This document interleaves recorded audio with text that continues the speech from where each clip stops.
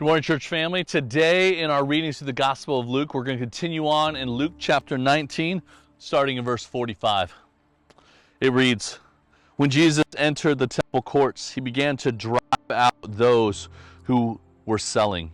'It is written,' he said to them, 'My house will be a house of prayer, but you have made it a den of robbers.'" Two short verses, but I think a powerful reminder, or maybe a powerful precedent set for you and I on how it is we are to regard and treat the things of God.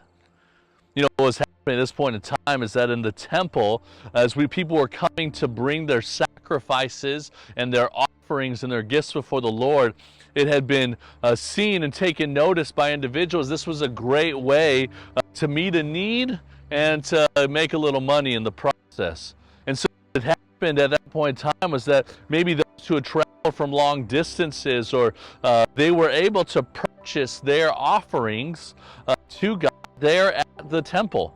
So maybe they traveled a long distance and made a great pilgrimage, and that pilgrimage would have been more difficult for them to make with livestock and totes.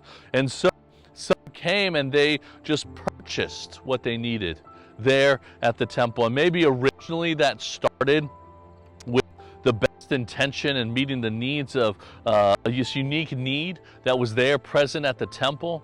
But by the time of Jesus, that had gone on longer and longer, and greed began to settle in, we found was that at the temple, people were coming and their sacrifices that they did bring were being turned away, and people were being told, you know what, this one has a blemish, so you should buy one from this person over here. You should buy one from the temple market. And now they were jacking up the prices, and people were making money off of the worship of God. And I think we have to be careful of this, the posture within our own worship of God. It is easy to take the blessings of the Lord and then within our own mind to be able to say, well, hey, I can benefit from this greater. I could utilize this for something different or something more than what it is limited to. We could both worship God and put money in our pockets. And I think for us as human beings, we have to be very careful of this. Anything that detracts from us or takes away from the worship of God and from allowing our hearts to be in that posture of worship, these things are destructive.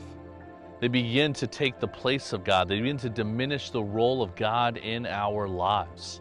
And that's exactly what was happening in Jerusalem.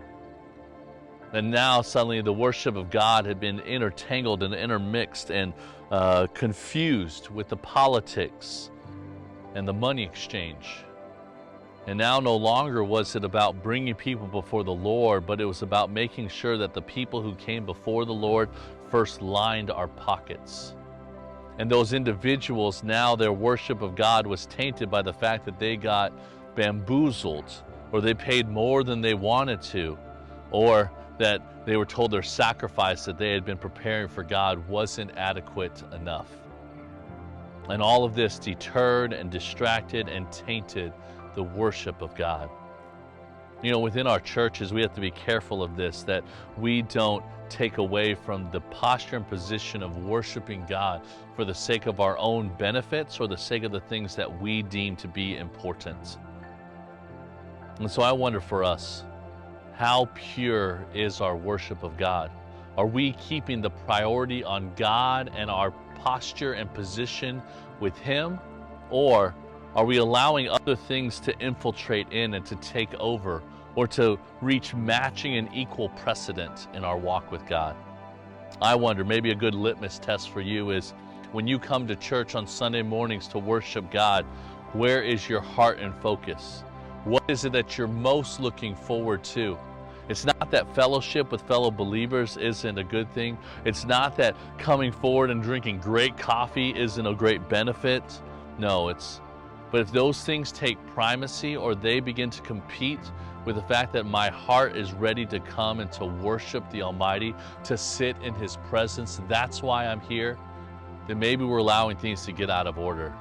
And maybe there's some change that needs to happen, some flipping of tables, per se.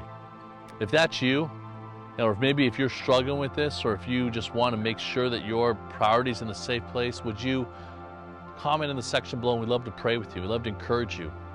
For the thing that we'll be doing for the rest of eternity is making much of the name of our God. So let's start that now. Let's make sure that's primary today. Look forward to continuing on with you as we continue through our study in the book of Luke tomorrow.